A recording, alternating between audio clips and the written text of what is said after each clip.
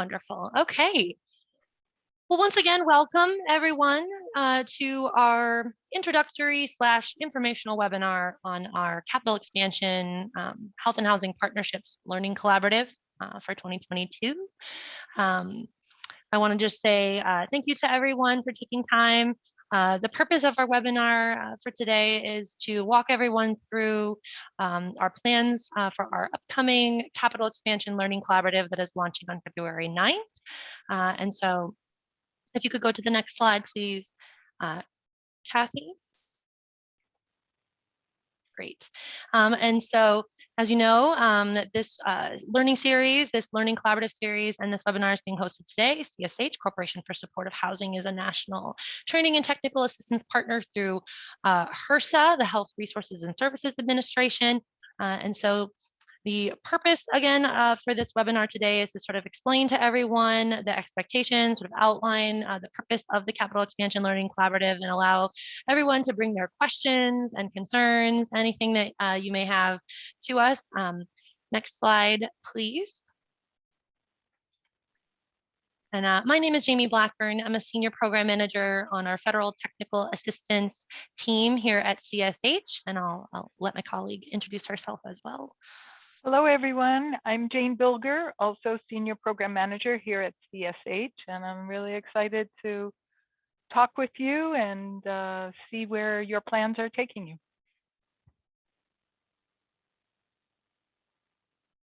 Thank you. So as I mentioned, National Training and Technical Assistance Partners, also known as NTAPs. There are 21 national NTAPs employed by HRSA to provide technical assistance on a variety of topics and specializations to FQHCs and health center lookalikes across the country. CSH is an NTAP that specializes in housing and homelessness.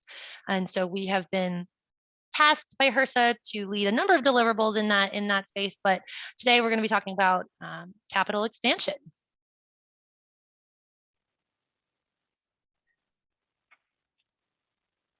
Thanks, Kathy.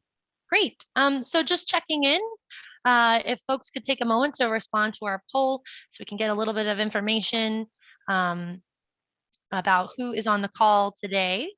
And we'll just give us 1 second to pull that up. It should be coming up on your screen shortly.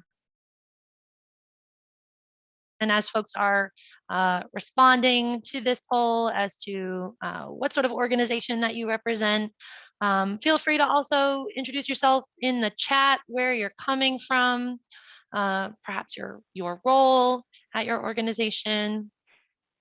And I'll be monitoring the chat as we go. So if you have other questions at any time, we're not a super large group. It looks like there's about 45 people, 46 people on this call. So if you have questions, feel free to come off mute and ask questions at any time, or drop them in the chat, and then we can call on you and you can come off mute if you're more comfortable that way.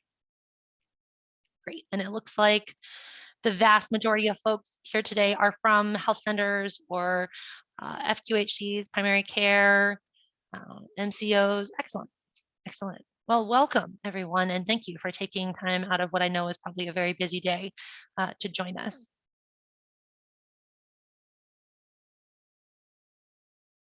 Great. And next, and then at the risk of overwhelming you with polls, one more. And the reason why we ask these questions during this informational webinar is to really get a sense of who is interested in capital expansion, and this allows us for their health center, and this really allows us to tailor the content that's coming up for our learning collaborative to your needs. So we really appreciate you guys taking a moment to respond to these polls. Thank you so much.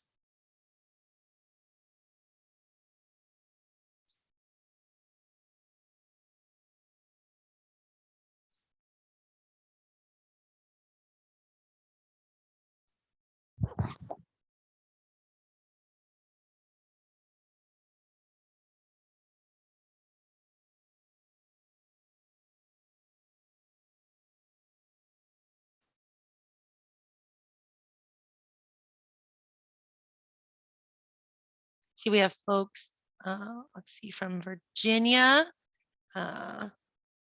We have other health systems. Thank you all so much. Indiana, wonderful. Puerto Rico, excellent. So it looks like we have folks from all across the U.S., Puerto Rico. So that's great. Thanks so much. Maine, excellent. Florida, great. Oregon,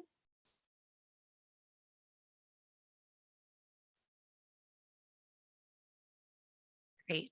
Thank you so much. Next slide, please, Kathy.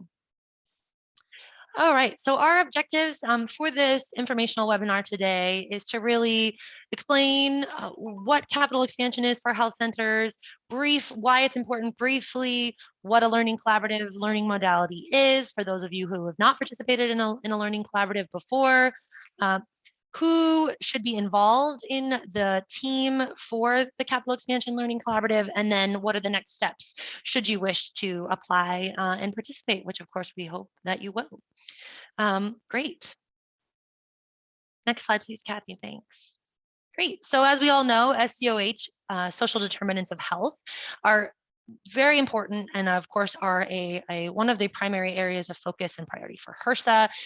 It is the underlying aspects such as housing, neighborhood, environment, education, and the other things outside of healthcare that influences health outcomes. And this we all know, it's very important. And because of that emphasis and importance on SDOH in driving and impacting health outcomes, this is why we are leading a learning collaborative topic on capital expansion to allow health centers to really essentially get in the game on housing and to be a key partner around housing and addressing these, becoming an active partner in addressing social determinants of health in their own communities. And so this learning collaborative is really going to walk through the process of getting involved in housing as a partner in actually creating new housing units, particularly supportive housing units in your community. Great. So for those of you who don't know, I'm sure a lot of you have participated in a learning collaborative before, either through HRSA or perhaps through a different trainer. But for those of you who have not, a learning collaborative is a sort of a group learning, team-based process, and also a sort of a way for an exchange of expertise amongst peers. And it's a series of training sessions. In this case, we will have 4 sessions within the Learning Collaborative. And it's a space where folks can come together, exchange expertise, learn from us on the knowledge that we bring to the table around this topic, but also to learn from each other, and then also it will allow folks to also receive some one-on-one technical assistance should you all prefer that. Great. And so I'm going to hand it over to my colleague Jane to take it from here. Thanks, Jamie. And I do want to emphasize what Jamie just said about the attributes of a learning collaborative, so that you really do get the benefits of that shared learning and comparing notes among like-minded organizations. But we also have office hours where you can get that individualized TA, and we can answer some specific questions that you may have. So this slide really shows you, what we see as the benefits of the of participation in this capital expansion. Many times we're hearing from health centers that there's a need for affordable housing in their community, and they want to, or they have staff, and I saw that there were some staff here that are coordinators, and how you navigate to connect to the resources in the community. So you want to get involved in housing, but what does that really mean? So we will explore what that benefits are and the pros and cons of getting involved. What do the different models look like in terms of health and housing partnerships? And I even have a couple of examples here today that we'll go into, and it's not one size fits all. You can enter this arena and this partnership in a couple of different ways. And also helping you understand what type of housing. We'll spend in the first session really looking at what is affordable housing, what are the housing resources. You may hear of Section 8 or housing choice vouchers or supportive housing. So what are those different housing models, and what's the need in helping you figure out what the needs are in the community? And then once you have a good sense of the needs, you want to understand how do you build those partnerships, build on the expertise. I noted in the poll where we were looking at who's on the line, there was nobody that had that development expertise. So as a as a healthcare provider, you want to understand who are those housing providers in the community. We're going to dig in and look at what are the very specific roles, and then help you as an organization think about what's your capacity and what roles can you take on. And then certainly we spend a good deal of time talking about maximizing those resources. You know, I think the only benefit of what's been happening for the past 2 years with COVID, and I certainly understand how you all are being overwhelmed, is that there's been a new investment of federal resources. And so how do we leverage and access the housing resources as well as the health resources in order to further a project or a development that's going to be combined, that's going to combine both the health and the housing. To give you another inkling on this next slide, we talk about the benefits. What are the benefits? Kathy, can you go back one? Yeah, there we are. So the benefits are, in any collaboration, there's going to be benefits, but there's going to be challenges as well. On the benefit side, we know that we all share the similar clientele or the same clientele. So your front desk staff or your enabling staff may be working with a patient, and then that particular patient is living in an encampment in the community, and so the housing outreach folks are working with them as well. So how do we bring together the resources and the human resources that are going to have the better benefit for the shared clientele? So CSH, we have a lot of resources that we've developed on data sharing and how you can how you can share data between the health systems and the housing systems. So we'll talk about that as well. We are all recognizing the need for expanding the infrastructure in the community, and that's both the health services infrastructure as well as the housing infrastructure. So the sessions that we'll be talking about are really going to help you think about how do we do that in partnership and how do we make that lasting improvements for our community. And care coordination is another. You're doing this already. You're working with community partners, but this is really an opportunity when you have particularly a housing partnership where you can coordinate and create the efficiency among the partners in how you're delivering services. The benefit of that is that you are helping the clients. There's less repetition of information. You're building trust. There's easier access. All of these are going to leverage the expertise of your respective partners. And then certainly as it relates to resources, we want to make sure that we're maximizing how we're going to access those resources, and then certainly improve the health outcomes. CSH has a number of products and another learning series that actually looks at something called FUSE, Frequent Users System Engagement, where there is the tracking of individuals who are identified by the health system to have them housed and then track the outcomes and the potential cost savings or cost realignment that is going to benefit and have better outcomes. So I'm curious if folks have other thoughts as you came to this introductory webinar. What's driving you? What are you looking for to learn, and what materials are you looking for from this learning collaborative? And you can put that into the chat, or there are other ideas of things that you've experienced already in your community of why it's driving you down this road for a health and housing expansion project. Please also feel free to come off of mute if you feel more comfortable to speak. Otherwise, happy to read folks' questions and comments from the chat. But I agree with Jane. We'd love to know sort of what brought you here today to join this intro webinar about and what your questions might be about the Learning Collaborative. So Bradley says shared clientele, the different systems working with people in silos is inefficient. Absolutely. So a bit of systems integration work, trying to meet needs or join systems to meet needs that are otherwise not being met.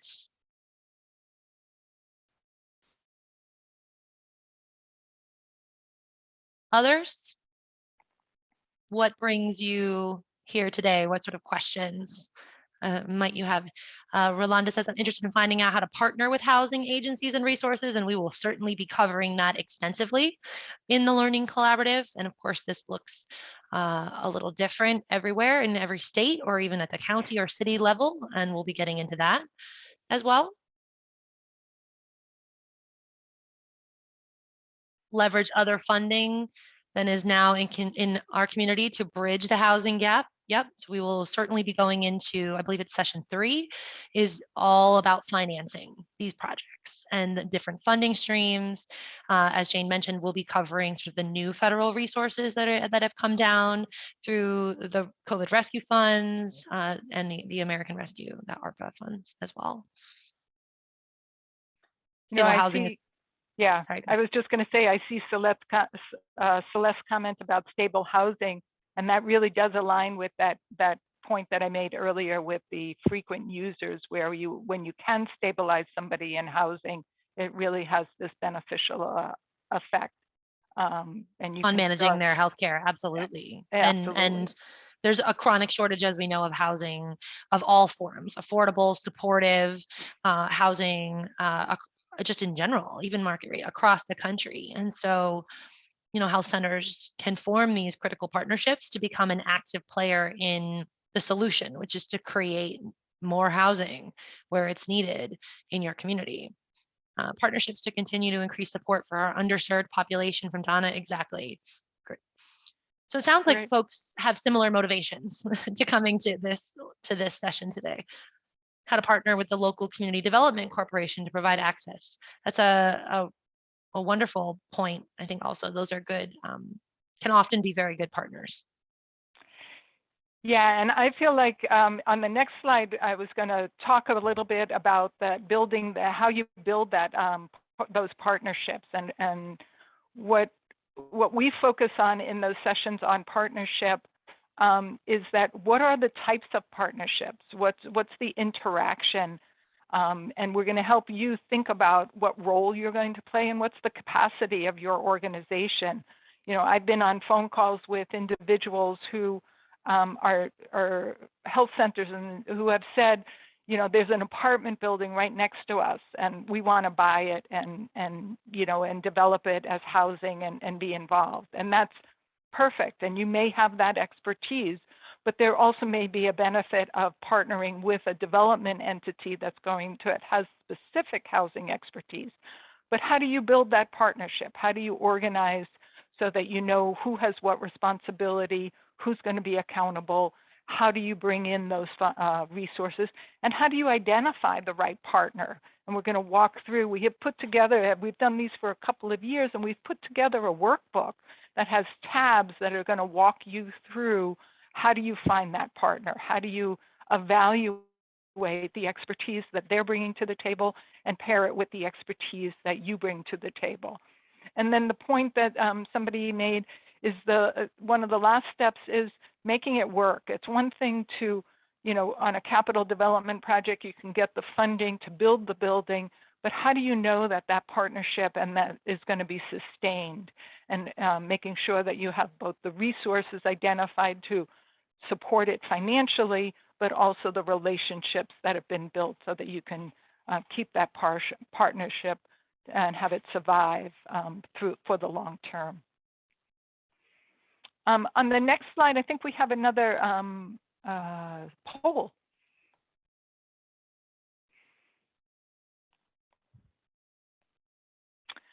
Yeah, so this poll where we're trying to get at is a little bit more of those of you who have maybe have, dipped your toes into this already, or maybe you have a development that you've been partnering already. And what are the barriers that you're seeing? I see already quickly somebody has identified unclear roles and responsibilities, not enough funding has been identified. Have you had difficulties in identifying your missions and aligning the philosophies of the organizations? I think someone has identified that. Also see a few folks don't know how to get started, Jane. Mhm. So, that's certainly something we hear quite often, that that's just, you want to get involved, and this is something that you're very interested in and aligns with your mission, but you just don't know where to start. So we can absolutely help with that. Yeah. And I just saw that Elaine put in, they don't have barriers. They have great partners. Okay, Elaine, you're going to be a featured speaker on one of our sessions. We want to hear, how have you selected those partners so that they are working in alignment, and what are some of the tools that you've utilized to be able to, that's what we want to be able to share, those best practices. Funding is definitely a big piece of this, and making sure that you have the right funding.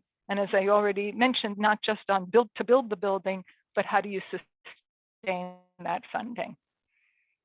I want to point out, somebody did put in about lack of commitment of leadership. And I know from our earlier poll, we saw that there are folks at different levels within the organization, and also what you put into the chat. And we will spend some time as making sure that you are making the case for your leadership, for your board of directors, and quite frankly, of how you're getting community support to be able to move this. We worked with a community health center a couple of years ago, and they recognized they were not the housing experts, but they were going to be in ownership and drive this development forward, because they had a relationship and trust in the community, whereas that particular community and many communities fear housing developers coming in, and gentrification and other types of development strategy that they may feel insecure about having certain relationships, but they trusted the health center. So that health center was going to be front and center involved in that development. So that's something that we're going to keep in mind also and talk about. I think it's on the next slide. One more on just the capital, and we've talked about this already. We're going to talk about the capital to build the building. We're going to talk about how do you maintain it operationally on the long term, and how do you bring in other resources and leverage other partners. And then we want to, make sure you're accessing the capital from the housing resources that may be specific, but then also from the health center resources. On the next slide, I just, a little bit more marketing. These were some of the quotes we've gotten from our health centers that have participated in other developments. And on a couple of slides, I'll give you some examples. But the tools we create are really directed to help the health center build that conversation with the board of directors, with the community, to build that support. We also spend a good deal of time just looking at financial projections. And this, you can do that somewhat in a group, but we can also do that on an individual basis, and have created some templates that you can use for building your budgets. And then we can give you some feedback on that. My background, Corporation for Supportive Housing, as Jamie had mentioned, is we're a lender. We're not only a technical assistance provider, but we lend money to development. So we have the expertise to be able to look at your budget and say, that's going to work, or maybe a lender or a funder is going to be looking at it in a different way. Exploring different ownership structures. I already mentioned that we've seen health centers that said, we want to, we're going to build this housing. Well, are you owning it? Or many times when we see developments that have housing and healthcare, actually the health center is just a tenant in a larger development. And so we're going to explore what are the advantages and the disadvantages of certain ownership structures, and how that impacts the broader organization. And then, certainly the resources and the materials that we've pulled together to be able to share with you, but then also share among yourselves. I know on one of the sessions we, a couple of years ago, a couple of the health centers had created their own case studies, not case studies, but case statements that they were broadcasting and sharing in the community. And they shared that with others. And it was a great help to others to see how a new development was getting presented to gain community support. I mentioned that I was going to share some examples. And so on the next two slides, we have a couple of examples here.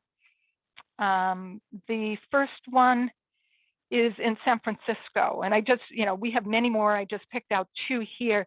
And it's sort of funny, I saw at the beginning when people were chatting in, we had somebody from Mercy Care down in Atlanta. And one of the slides that I didn't use today is on the new development that they're working on down in Atlanta with Mercy Care is expanding in partnership with the housing developer. So maybe we'll feature that in one of the later sessions. But this was in San Francisco, and I wanted to show this one because I don't want people to think there's just one model. In Health Right 360 is a community, FQHC Community Health Center in San Francisco. And they were involved in, they recognized and had done a significant planning process that they needed to expand their health clinic space. But what they also recognized is that they needed to expand how they were connecting with organizations, housing organizations. Their development is just a service space. So it's a comprehensive medical, dental, mental health, and other enabling services. They don't have housing on site specifically, but they have developed a one-stop housing resource center. And they're working with 12 different housing providers in that San Francisco area to make referrals and to build that service integration.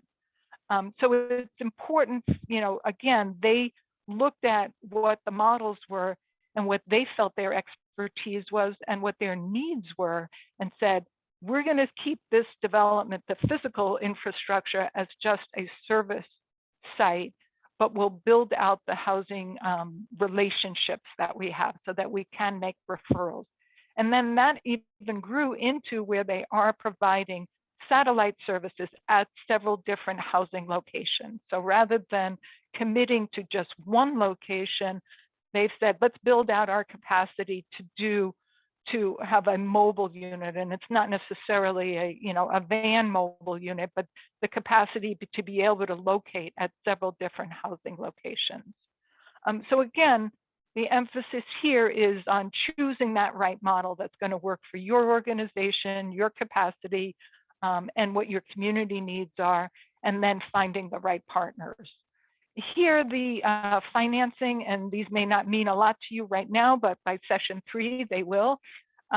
This development site includes a New Markets tax credits, which is a federal tax credit program that is used to expand commercial and build economic space in underserved communities. So it used New Market tax credit. It had 5 different funders. And then the organization engaged in a pretty extensive capital campaign to build out the space. I don't know, Jamie, if there's any other comments in the space. So far, no. Okay. But if folks do have questions or want us to take a pause, please jump in. Yeah, that's right. All right, I'm going to take a pause and take a drink. So the second one, which is a little bit on the other end of the spectrum, is Blackburn Center in Portland, Oregon. And this is Central City Concerned, is a federally qualified health center. And they are also an experienced housing provider in a range of housing. So in this model, as I've started to say, is it's a partnership, but it's a single entity is playing all the roles. or not playing, I have to find a different word for that, but is stepping Occupying. into all the roles, occupying, right. They are the owner of the property. They are the provider for both the health and the housing components. And this is a mixed located, a co-located development, very large development. It has a total of approximately 379 units of housing, and it's mixed tenancy and mixed use, mixed income housing. So it has some affordable units. It has some supportive housing units with a focus on substance use, disability housing.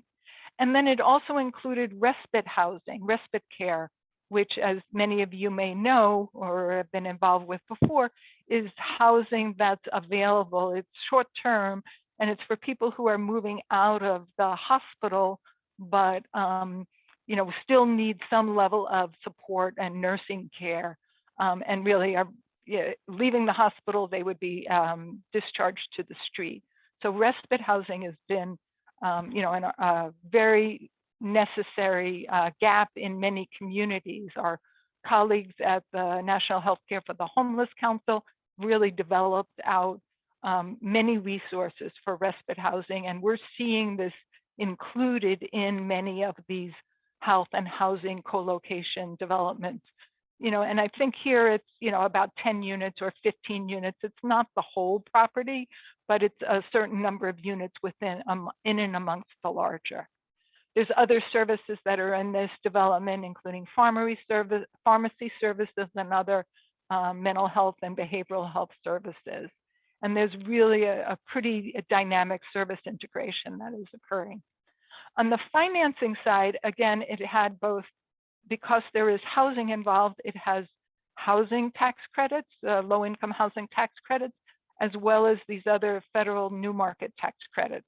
So housing tax credits fund the housing portion, and new market tax credits fund the healthcare portion. It has state and local government, it has philanthropy has been involved. And what's been really dynamic and somewhat unique about this development is they were able to leverage a $21.5 million investment from a coalition of health and hospital system partners, because they recognized the need, both the capacity of the organization and the need for this type of mixed use development in the community. And so they were able to leverage that investment. And I just want to emphasize that again, is that by bringing together that health and housing components, you're able to open the door to other investments on this at your site. I love this example, actually, Jane. I think this is and I know we refer to this quite often because of the reason why this is such a good example that encompasses a lot of the things that cover a lot of needs for a lot of communities across. So I think there's a lot of communities that can benefit from this particular example. And when you were talking about respite housing in particular, I noticed in the chat there was, I believe we have someone joining us from Portland, Maine, and CSH, myself included, recently spent a year working with the Statewide Homeless Council in Maine, talking about their needs, and the need for respite housing came up over and over because of a significant percentage of discharges from hospitals to the street.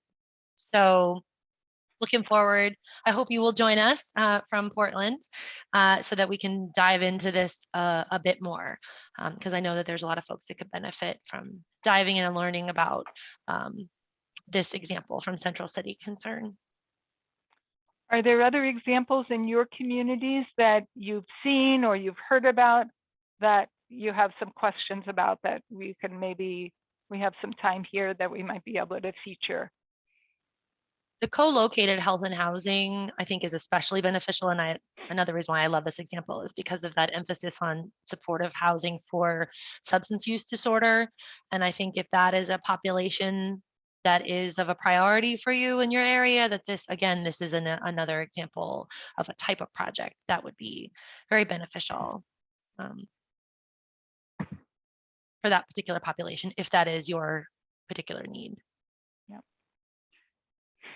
I'm sorry, am I supposed to say our questions or put it in the chat? I'm sorry. I Either joined- or, either Either or. or, it's a group we can Sorry. manage. So go ahead. Just tell us who you are and where you're Yeah, from. I'm Tessa from Minneapolis, and I am interested in the model where the housing owns everything and the housing partner, who is not the FQ, owns it, and the FQHC or the health clinic condos out a space. And I don't know exactly what that means, except I think it means a super long lease, and we build to suit. And I'm wondering about using HRSA dollars for a rental property. A property or a space that we're renting, not owning. Yes, you can use HRSA dollars, the capital. I mean, I know there was capital dollars that were just made available, and it can be used in rental space. And so, but also things like the new market tax credit property funds that come in, which are federal dollars, also can be used in rental space as well. So would Okay. Go ahead. So this is Elaine. Nice. Elaine, can you add where you're from? Yes, thank you for calling that. I was about to just read her comment. Elaine says we have 2 health centers embedded in senior affordable housing complexes. We bought the bottom floor condo space from Regional Housing Authority, and they got extra tax credits by having us on site. So We're in similar arrangement. So I'm in Central Oregon, and our Regional Housing Authority approached us a number of years ago and said they knew they would get more tax credits if they had medical on site in their affordable housing applications to the state of Oregon. And so we tried it with one senior housing complex, and the state absolutely loved the partnership, and they got full 9% tax credits. And we were able to get a below market rate condo space from them by buying it from them, and then being in collaboration. And it's people tout it all over our region. They love the partnership. And then we just did it a second time also, and we actually have a third one in the works. For financing, it was loans and our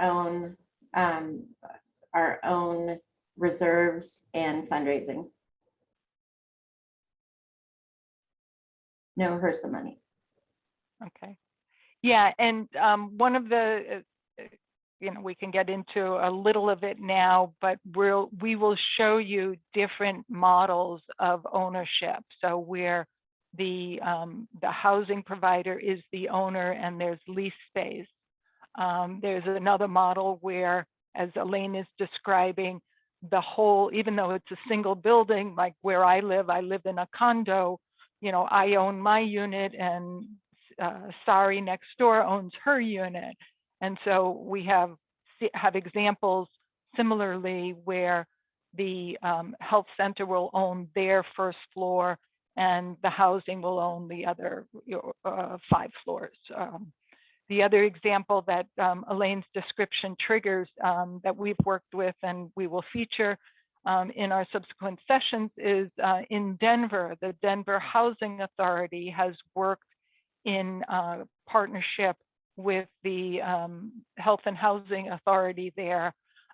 They've actually done 3 different developments that have some combination of affordable housing, respite housing, and then also health services. And in one of the properties, it was it's an older building that was owned by the Health and Housing Authority, the Health and Hospital Authority, that they actually turned over to the Housing Authority to convert to housing. So it's going to be, there are a number, as many models as you can think of, they're out there, and that's the benefit, is being able to, really, quite frankly, use us to pull together those resources and share those examples with you.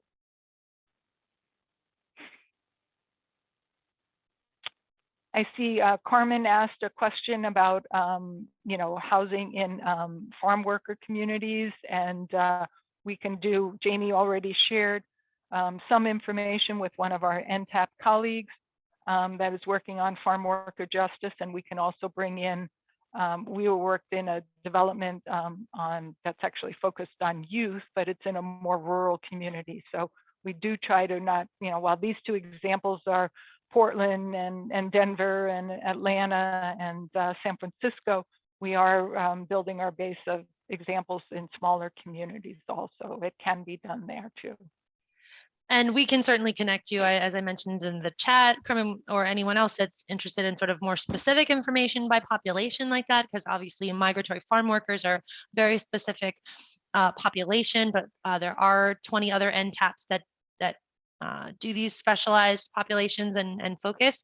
So we can connect you also with them and they also provide technical assistance and will respond to TA requests or anything that you might need. So between CSH and Farm Worker Justice or any of the other NTAPs, we can certainly get you the resources that you need.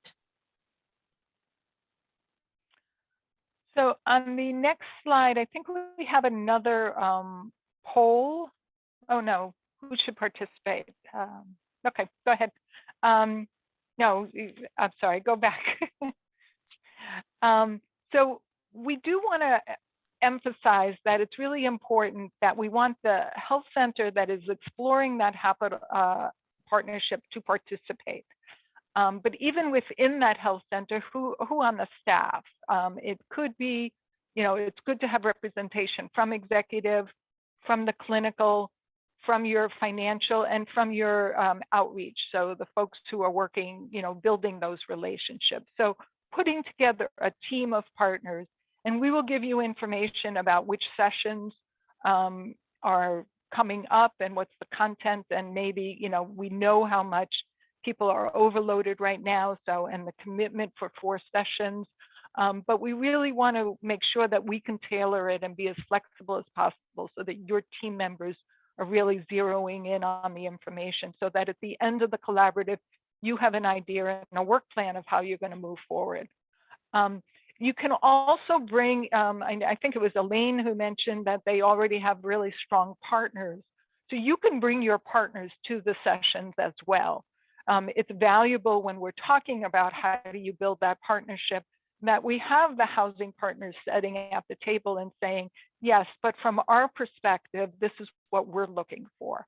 So if you have partners that you can have join the sessions, we welcome them as well. We anticipate, we encourage as many as up to 10 health centers, maybe even a few more, because we want to take as many of you through this process as we possibly can. And there's really is a benefit of learning side by side with each other. And so that's who we're really encouraging to participate in these sessions. As I mentioned on the next slide, we do have one more poll. Maybe it's a little bit repetitive of what we've talked about already, but just to reemphasize so that we can tailor the work that we're going to put together into our presentations and our discussions with you, is making sure we understand, what you're looking to get out of this, the Learning Collaborative. And as you guys are filling out the poll, I want to just reemphasize what Jane had mentioned, that we want to be flexible and responsive. We understand that this is a really difficult time across the country for everyone with the ongoing pandemic and the staff capacity and commitment to a learning collaborative. We will be recording all the sessions. So if there is a desire to want to participate, but a little concern about being able to attend all the sessions or a capacity issue, I want to alleviate some of those concerns and let you know that we are certainly prepared to be way more flexible than we've needed to be in the past, just because of responses to the pandemic. And so whether that means we need to schedule separate one-on-one technical assistance sessions that's more conducive to your schedule, and then have you view the recorded modules later, we can certainly be flexible to that. And just let us know, especially if you can either reach out to us by email, or when you're filling out the application for the Learning Collaborative, you could put that in there. If you need additional flexibility, certainly let us know.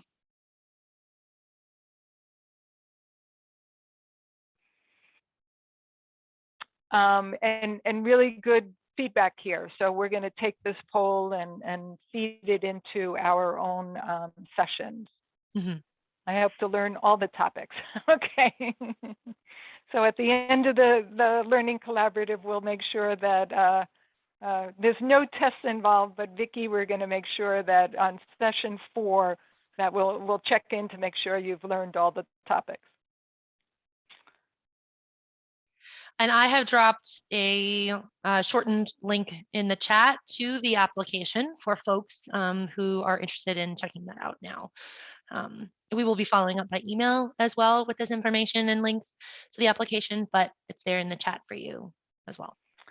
So Jamie, I realize what we didn't put on the screen, although we have it in the application form, are the dates of all the sessions. It's February 9th is the first, and then we've pretty much set it up every 2 or 3 weeks after that. I will drop it in the chat. One second.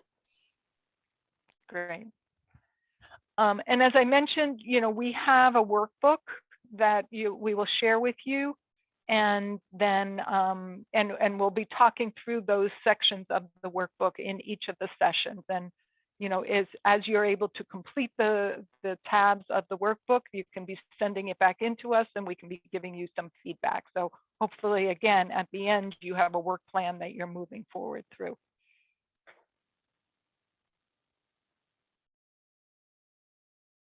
So again, if you know, I just put the dates, the 4 dates in here for the sessions. And so don't be discouraged if you know you have a conflict already.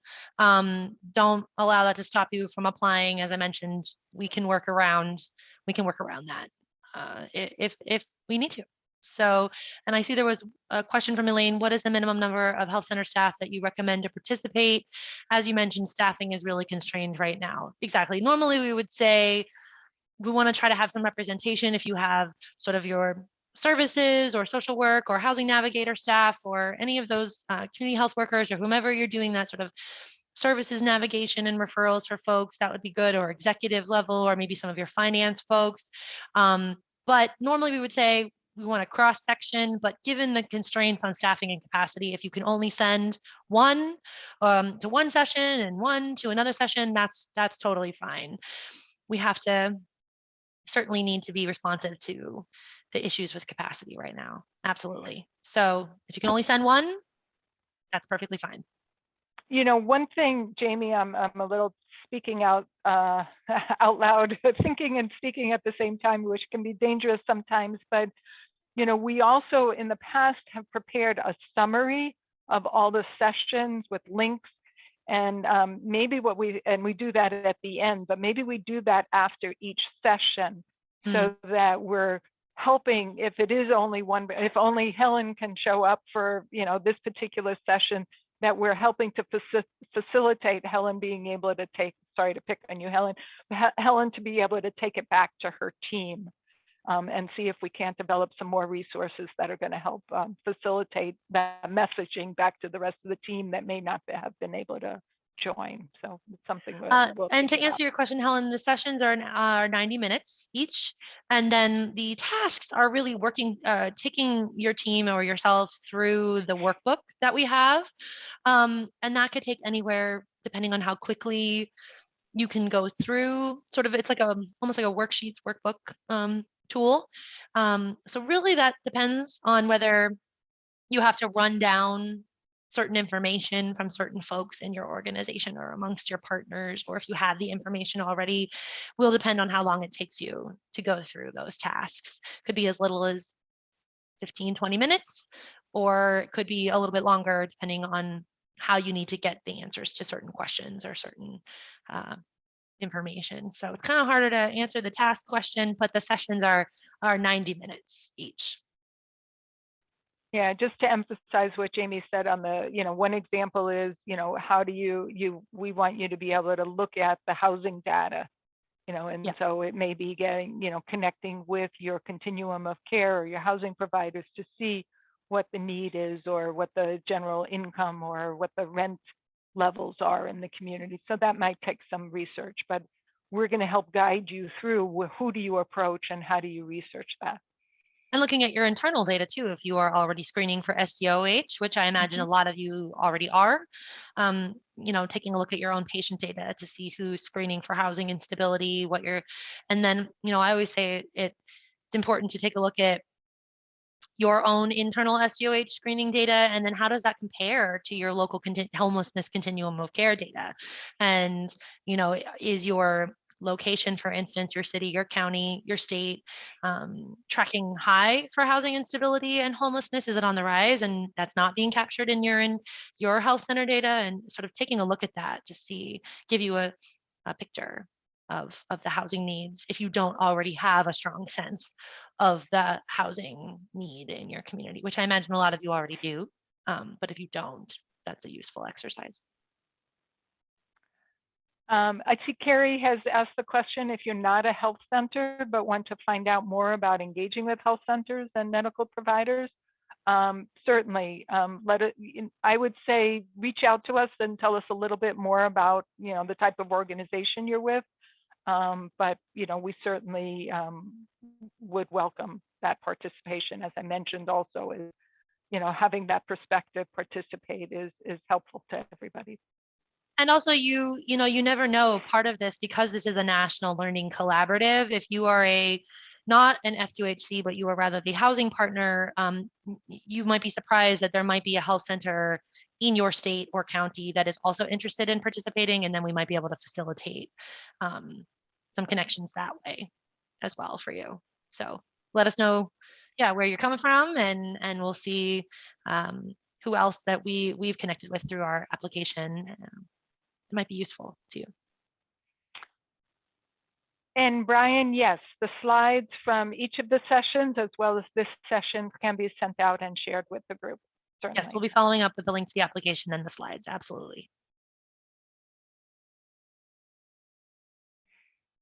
Are there other questions that folks have that are going to inform decisions or what you may need to take back to your organization?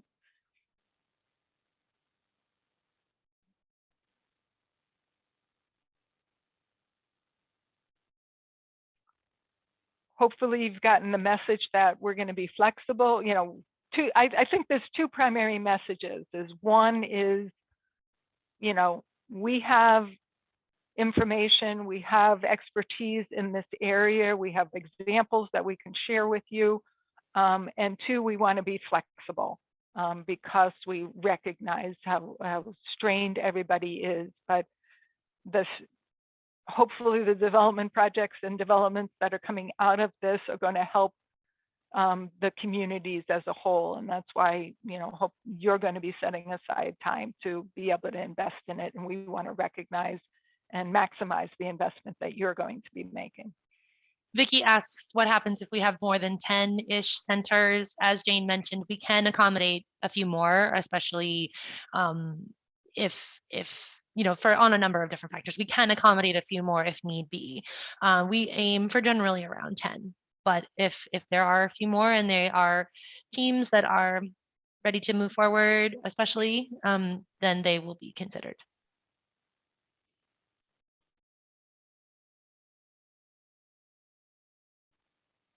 Okay. Well, thank you everyone so much. Yeah, terrific. Now please look for our follow-up email. Poll. Wait, we gotta do the poll. Evaluation. Ready? Ready. No? Okay, here we go. Everybody, please give us feedback on what's working and how we actually move this forward. And thank you all so much for your time. Looking forward to hearing from you all, and look for our follow-up email with links and the resources from this session. And I hope everyone has a really good rest of their day. Yeah, be safe.